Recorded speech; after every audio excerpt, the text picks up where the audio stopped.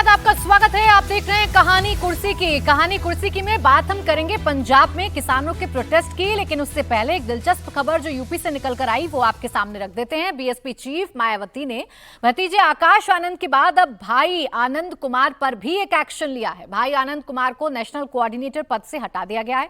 हालांकि आनंद कुमार पार्टी के राष्ट्रीय उपाध्यक्ष बने रहेंगे और इस बात की जानकारी जब सोशल मीडिया पर मायावती ने दी तो ये कहा कि उनके भाई ने स्वेच्छा से ये पद छोड़ा है क्योंकि वो पार्टी के अन्य कामों में लगना चाहते हैं। लेकिन पहले आकाश आनंद फिर आनंद कुमार को नेशनल कोऑर्डिनेटर के पद से हटाना, आखिर मायावती क्या करना चाह रही हैं, इस पर भी एक छोटी सी चर्चा करते हैं, फिर पंजाब की तस्वीर आपको दिखाएंगे। हर्षवर्धन जी, ये जो भी कुछ कर रही है इन दिनों मायावती, अपना वोट बैंक तो धीरे धीरे उनके हाथ से जा रहा है, लेकिन अपने परिवार के सदस्यों को ही बाहर का रास्ता दिखाना, उनका डिमोशन करना, क्या सोच रही है मायावती?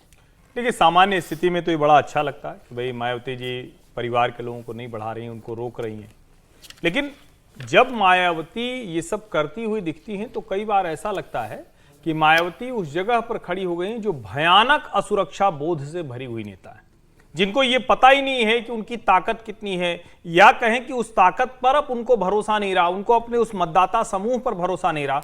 वरना आकाश आनंद के ससुर या फिर आकाश आनंद के पिता, और आकाश आनंद के पिता हो या आकाश आनंद के ससुर हो, ये दोनों लोग मायावती के साथ लंबे समय से कंधे से कंधा मिलाकर काम करते रहे, हर रणनीति का हिस्सा रहे, आंदोलन में हर समय साथ रहे। सवाल यह है कि क्या मायावती स्वयं कुछ करना चाह रही, तो इसका जवाब नहीं भी दिखता है। क्या किसी तरह का आंदोलन, किसी तरह के मुद्दे उठाना, किसी तरह की रणनीति बनाना, या फिर कार्यकर्ताओं को जोड़ने के लिए कोई योजना बनाना, वो सब कुछ वो करती नहीं दिख रही। अब इसके पीछे उनकी जो भी मंशा हो, लेकिन इतना साफ दिख रहा है कि ये द्वंद्व बहुजन समाज पार्टी पर बहुत भारी पड़ने जा रहा है। मेरा ये मानना है कि आकाश आनंद जो भी कर रहे थे, वो राजस्थान में उन्होंने रैलियां की थी, पदयात्रा निकाली थी, दिल्ली में बहुत एक्टिव थे, हरियाणा में जाकर प्रोएक्टिवली उन्होंने गठजोड़ करके कुछ करने की कोशिश की। तो या तो आप उनको कोई टास्क दें, वो न पूरा कर पाए तो बात सही है, लेकिन बार बार अंदर बाहर करना और उसके बाद इस तरह, ये बहुत किसी पार्टी के लिए, राजनीतिक दल के लिए बहुत अच्छा नहीं है। देखिए, संडे को ही प्रमोशन दिया था और आज डिमोशन भी अपने भाई का कर दिया, तो मायावती तो क्या कंफ्यूज हो गई हैं? क्या कोई संदेश देना चाह रही हैं, या जैसा हर्षवर्धन जी कह रहे हैं क्या सुरक्षा की भावना से मायावती घिरी हुई है? ये तो खैर मायावती ही जाने। लेकिन पंजाब में इस वक्त दिलचस्प तस्वीर देखने को मिल रही है, क्योंकि पंजाब में वो किसान जो पंजाब से दिल्ली कूच करने की जिद पर अड़े रहते थे, ट्रैक्टर लेकर एक रैली निकालते थे, हरियाणा और दिल्ली के बॉर्डर पर किसानों का जमावड़ा रहता था, आज वही किसान पंजाब में प्रोटेस्ट कर रहे हैं। पंजाब के अलग अलग इलाकों में किसानों का धरना जारी है और ये धरना केंद्र सरकार के खिलाफ नहीं, बल्कि ये धरना भगवंत मान सरकार के खिलाफ किया जा रहा है। किसान नेता ये कह रहे हैं कि हमसे जो वादे किए गए भगवंत मान की तरफ से, वो वादे सरकार ने पूरे नहीं किए, इसीलिए हम भगवंत मान का विरोध कर रहे हैं, उनकी सरकार का विरोध कर रहे हैं। यानी दोनों ही सरकारों को, केंद्र सरकार और राज्य सरकार को किसानों ने कटघरे में खड़ा कर दिया है।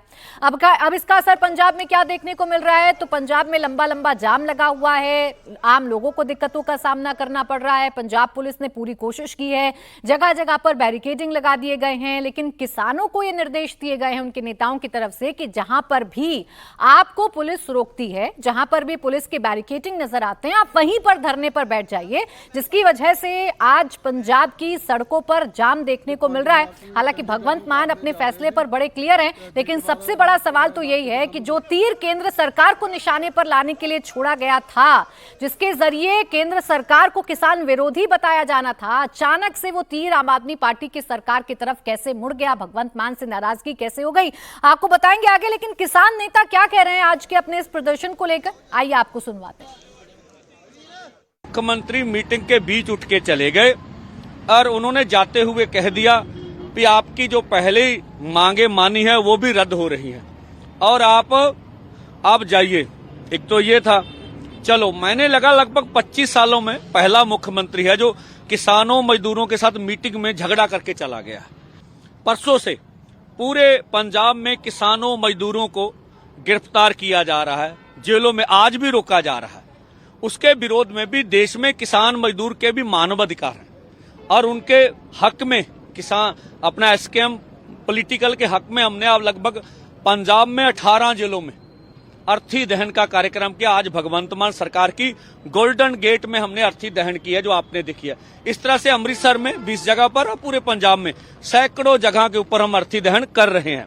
अब देखिए, देश की राजधानी में हमें मोदी सरकार नहीं जाने देती, राज्य की राजधानी में हमें भगवंत मान सरकार नहीं जाने दे रही। या इस तरह की सीएम साहब निर्मदली मत करिए। आप परसों से किसानों को उठ के जेलों में फेंक रहे हैं, रास्ता हमारा रोक रहे हैं, पीट रहे हैं। ये कौन सी नर्मदिली हुई भाई?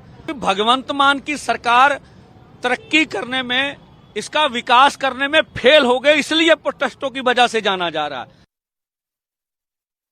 जो पिछले लगभग 100 दिन से खनौरी बॉर्डर पे भूख हड़ताल पर बैठे हैं, उसके हक में, उसका साथ देने के लिए, यह रोष प्रदर्शन करने के लिए भारत के पूरे डीसी दफ्तरों के विच सामने किसाना मजदूरों ने जो रल मिल के धरना दिया, वो आज शाम 6 बजे तक चलेगा जी। कारण यही, सरकार गूंगी बोली भारत की सरकार जो किसी की कोई बात नहीं सुन रही, हर सा जुल्म ढा रही है, हर सा कह ढा रही है, और किसी की हक की कोई बात नहीं हो रही। जो कारपोरेट घराने हैं, अडानी अंबानी, उसके लिए तो सब कुछ करती है, लेकिन जो पब्लिक है हमारी ये भारत की, उसके लिए कुछ नहीं कर रही सरकार जी। तो अब किसानों का ये कहना है कि चाहे भगवंत मान सरकार हो, चाहे केंद्र सरकार हो, ये दोनों ही सरकारें मिली हुई हैं, किसानों के हित में कोई फैसला नहीं लेती है। अब अचानक से किसानों की नाराजगी भगवंत मान से कैसे बढ़ गई, ये भी आपको बता देते हैं। दरअसल एक मीटिंग कल हुई जिसमें भगवंत मान किसानों से बातचीत कर रहे थे, लेकिन उस मीटिंग में जब बात नहीं बन पाई तो भगवंत मान मीटिंग को बीच में ही छोड़कर निकल गए, और इसकी वजह भी भगवंत मान ने बताई है। क्या कहा भगवंत मान ने कल, आपको सुनाते हैं। किसानां नूं मैं कल कहा कि तुहाडियां रोज दियां रेल रोको, सड़क रोको, पाइप रोको, आ रोको, और रोको करके नुकसान है। पंजाब दा बहुत नुकसान हो रहा है, इकनॉमिकली भी नुकसान हो रहा है। पंजाब वैसे भी धरनियां वाली स्टेट बनता जा रहा है। मेरी नरमाई नूं ये ना समझा जाए कि मतलब मैं एक्शन नहीं ले सकता। इत्थे 3.5 करोड़ बंदे दा कस्टोडियन आ मैनू सारिਆਂ ਨੂੰ देखना पैना। मैं पूछया भी परसों वाले मोर्चे का की बना, वो कहंदे वो तो जारी रहूगा। मैं कहा फिर 2.5 घंटे मैनू को बिठाई रखा तू। मैं उठ के आया जी, हाँ जी, मैं ये कह के आया कि जे तुहानू ये लगता है कि आ मीटिंग जिहड़ी है मैं डर के दित्ती है, मैं क्या, मैं डर के मीटिंग नहीं दी। मैं उदू पहला बिना मोर्चा तो भी तुहानू मिलता रहा, मैं थोड़ा मित्र कीड़ा। पर ये ना कहो कि मोर्चा भी जारी रहूगा ते मीटिंग भी। मैं क्या अज वाली मीटिंग सारी कैंसिल है ते मोर्चा ला लो। मोर्चा होगा तो कोई बातचीत नहीं होगी, ये भगवंत मान कह रहे हैं। हालांकि पंजाब सरकार तो लगातार ये कहती रही थी, जब जब ये किसान दिल्ली कूच करते थे कि केंद्र सरकार आए, हम मध्यस्थता करेंगे, हम किसानों से बातचीत करेंगे। लेकिन अब यही किसान जब पंजाब में आंदोलन कर रहे हैं तो भगवंत मान को बुरा भी लग रहा है, और वो ये कह भी रहे हैं कि पंजाब का नुकसान किसान कर रहे हैं। लेकिन रोहन जी, सीधे सीधे अगर एक लाइन में इस पूरे आंदोलन को कहूं तो ये दिल्ली की तरफ जाता हुआ तीर अचानक से आप सरकार की तरफ कैसे मुड़ गया? ये किसानों का आंदोलन विपक्ष के गले या आपके गले कैसे पड़ गया? प्राची, आज से करीब 10 साल पहले जब भगवंत ने अपनी पॉलिटिक्स का करियर स्टार्ट किया ना, तो उनका नाम वहाँ पे इस मालवा बेल्ट में मशहूर होता था जुगनू के नाम से, क्योंकि वो कॉमेडी करते थे तो जुगनू के नाम से जाने जाते थे। और इन्हीं चारपाइयों पे बैठ के इन्हीं किसानों के साथ में वो, क्योंकि वहाँ पे सिनेमा हॉल्स नहीं होते थे मालवा में, भटिंडा, संगरूर, जहाँ से वो चुनाव जीत कर आए, तो वो इन्हीं किसानों के साथ में बैठा किया करते थे। मैं इस बात से आज उनके मैं कहूँगा बड़े सराहनीय बात जो उन्होंने कही है कि रेल रोको, पाइप रोको, ये सब चीज़ें, दिक्कतें जो है पंजाब इस सरकार में नहीं फेस कर रही है। ये जब अकाली दल की सरकार थी, मैं वहाँ पे रहा काफ़ी साल चंडीगढ़ में और पंजाब में, तो उस दौर में भी ये चीज़ें, दिक्कतें आया करती थी। और आपको याद होगा 2022 के चुनाव से 1 महीना पहले जब प्रधानमंत्री वहाँ से जा रहे थे फिरोजपुर, तो यही किसानों ने आके वहाँ पे एंड तक, बॉर्डर तक वो चीज़ें, गाड़ियाँ रोक दी और रास्ता इतना ज़्यादा रोक दिया कि प्रधानमंत्री को वापस आना पड़ा। तो बात सिर्फ आज ये है कि वहाँ से जाती हुई ट्रेन्स, वहाँ से जाती हुई गाड़ियाँ, नेशनल हाईवेज ब्लॉक होते हैं, तो देश की जो एक इकोनॉमिक प्रॉस्पेरिटी है उस पर रोक लग जाती है। और जहाँ तक इन किसानों के ये मुद्दे हैं कि एमएसपी क्यों नहीं बढ़ाई जा रही है, वो पिछले 20 सालों से वही चीज़ें, दिक्कतें चल रही हैं। मंडियों में जाके वो अपनी किसान जो होते हैं वो अपने बैग्स रखने जाते हैं, मंडियां जो होती हैं, पहले प्राइवेटाइजेशन का बिल आया उसको रोका गया, तो दिक्कत भगवंत मान को इस बात से आज ये आ रही है क्योंकि ये वो सरकार है जिसने इन किसानों के मुद्दे 2014 में जब चुनाव वो जीत के आ रहे थे पंजाब में से 4 लोकसभा, इन्हीं किसानों के साथ में बैठ के अपनी सीटें और टिकटें बांटी। अब क्यों आज वो उनकी बातें नहीं सुन रहे हैं, इस बात से भगवंत को गुस्सा आना बड़ा लाजमी है और आना भी चाहिए था, इसीलिए शायद वो मीटिंग से बीच में उठ के भी आ गए। और मुझे लगता है कि यही एक तरीका है। मैं आपको ये भी बता दूं कि जिस डीजीपी के तहत ये सारी चीज़ें सिक्योरिटी की मेजर्स हो रही हैं, ये वो डीजीपी हैं जो गौरव यादव 1992 बैच के, जिन्होंने 8 से 10 साल काउंटर इंटेलिजेंस डिपार्टमेंट में रह के, जब मैं वहां पे मौजूद था, फार्मर्स के साथ में यही निगोशिएशंस करी हैं।